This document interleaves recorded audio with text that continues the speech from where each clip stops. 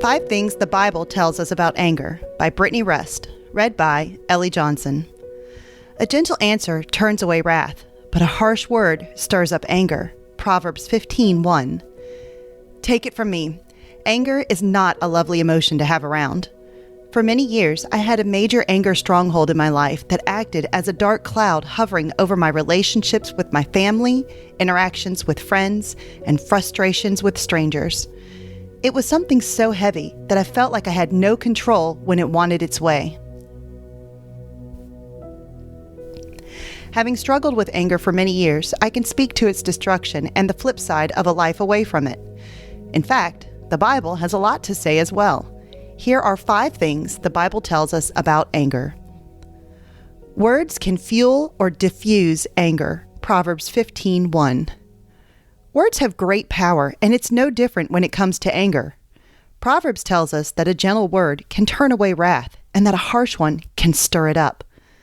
The power you have to fuel or diffuse anger in a tense conversation or situation is both heavy and fragile.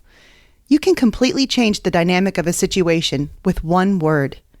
When you're faced with the chance to fuel or diffuse anger, what words will you choose to use?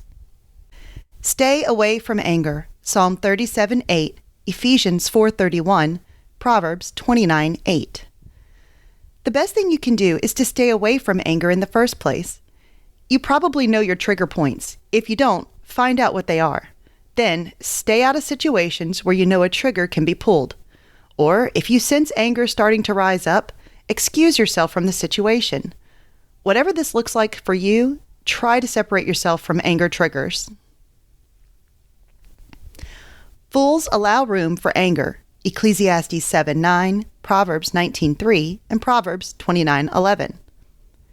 Anger is accounted in the Bible as something expressed by a fool many times.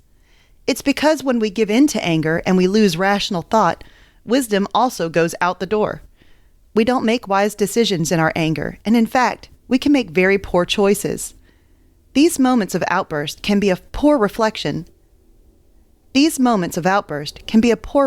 on us and thus be a reflection of foolishness. Anger doesn't just hurt others, it hurts you. Genesis 49:7, Job 18:4. If you think anger only hurts another person, you'd be wrong. Anger hurts you just as much as anyone else. You get worked up, worry, and stew on what upset you. It then robs you of healing and forgiveness. Don't let anger grab hold and steal some good part of you. Anger can be a good tool if used right. Nehemiah 5:6-7, John 2:13-18, and Ephesians 4:26. Not all anger is bad. There is a righteous anger that has a place. Nehemiah experienced it as well as Jesus. There are times when a righteous anger moves us into action in a healthy way. The key to righteous anger is that we not allow it to move us into sin. It's when our anger causes us to sin that it becomes a bad thing. Take it from someone who struggled with anger for many years. Avoid it, walk away, and/or let it go.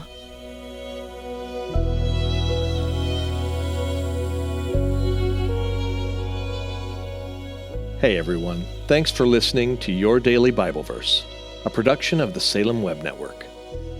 If you enjoyed what you heard today, we'd love for you to head over to iTunes and rate and review our podcast. It really does help people find us. This episode was produced by our managing editor, Kelly Givens, and recorded and edited by Stephen Sanders. Be sure to come back tomorrow as we examine more of God's Word.